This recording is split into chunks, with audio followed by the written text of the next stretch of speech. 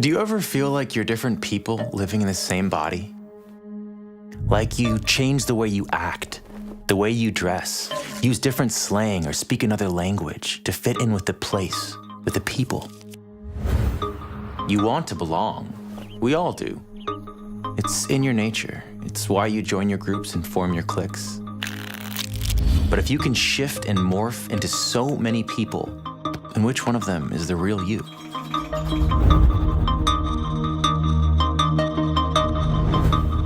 I've always thought of myself as a 50-50 guy.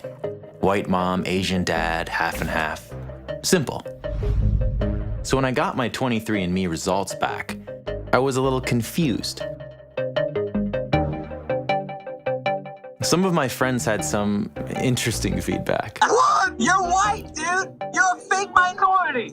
51%, man. That's the majority stakeholder. You wear those Hawaiian shirts all the time. Like, it makes sense, I guess. You're out of the club. You're out of the club, man. You're out of the club. That's it. Done deal. Obviously, they were just messing around, but I couldn't stop thinking about it. That 1% brought me back to a question I've struggled to answer my entire life. What does it mean to be biracial? Hey, but first, a little backstory on me. So Dad flees the Vietnam War and ends up in Minneapolis, of all places, where he meets my mom, a fifth-generation Minnesotan, at a disco dancing class. Now, she doesn't want to dance with him because he's 2 inches shorter than her, but he's a persistent little guy, and a year later, they're married. My Vietnamese grandma does not approve and skips their wedding altogether. She's a Buddhist monk now, but that's a different story. I grow up surrounded by both white and Asian relatives with a diverse group of friends, and I notice this more and more as I get older until suddenly race becomes a clear part of my identity. Okay, so I went looking for a doll that would look like you, but they were just selling black dolls and white dolls, and finally I settled on a Latino doll, because close enough. I grew up surrounded by tolerance and acceptance, mostly. There was that diner in Florida that wouldn't serve us, and that guy who sent my mom letters telling her it was a sin against God to mix the races. But that was rare. For me, the conflict was internal. I tried to label myself, but there wasn't a single box I could check. I'm half Vietnamese, but I was born in America. When I'm in the States, people think I'm Asian, but then I travel to Vietnam and people assume I'm white. They can't see my 1%, can they? Today's culture is more obsessed with identity than ever before. There's immense pressure that we clearly define who we are, where we stand, what we believe. But when we start to analyze ourselves too closely, the world becomes a strange place.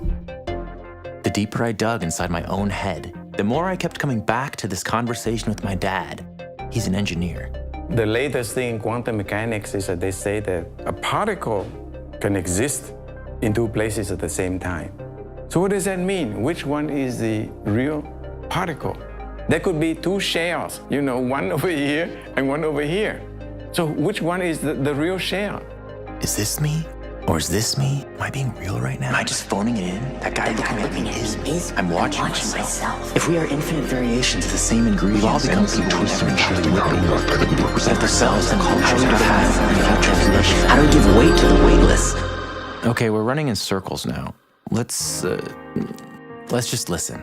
When I came to the United States, there were only about 20 Vietnamese in Minneapolis.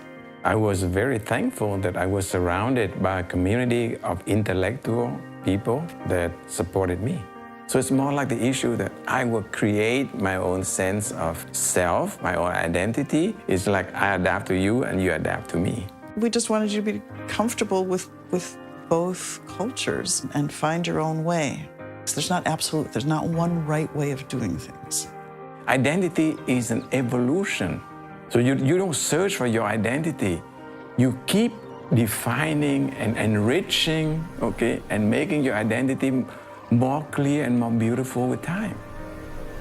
I have so much trouble defining who I am, but that's because I'm evolving. And it's up to me to make sure it's for the better, to combine the best of all the worlds around me. The more I thought about this, the more I talked with my family and my friends, the answer became clear. It isn't about me. I mean, it is, but it's about the world outside my head, the people I choose to let into my life. They're the ones that hold up a mirror that reflect my best and my worst qualities, and I can change that reflection.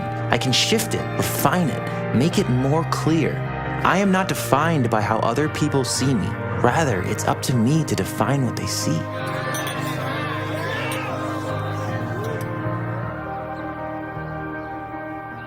My parents divorced years ago and my father moved back to Vietnam. Mom married her friend from high school, and Dad settled down with a local Saigonese woman.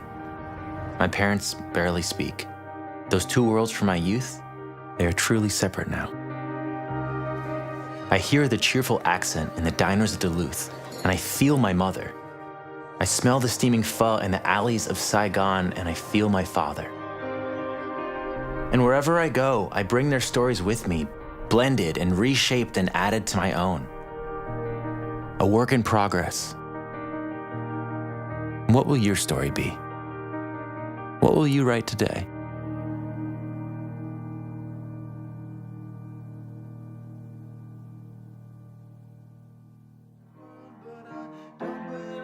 Because I'm not in this world. I thought that I was biracial, but it's just not true. I see a white face and I'm feeling blue, cause I'm 48.7.2%.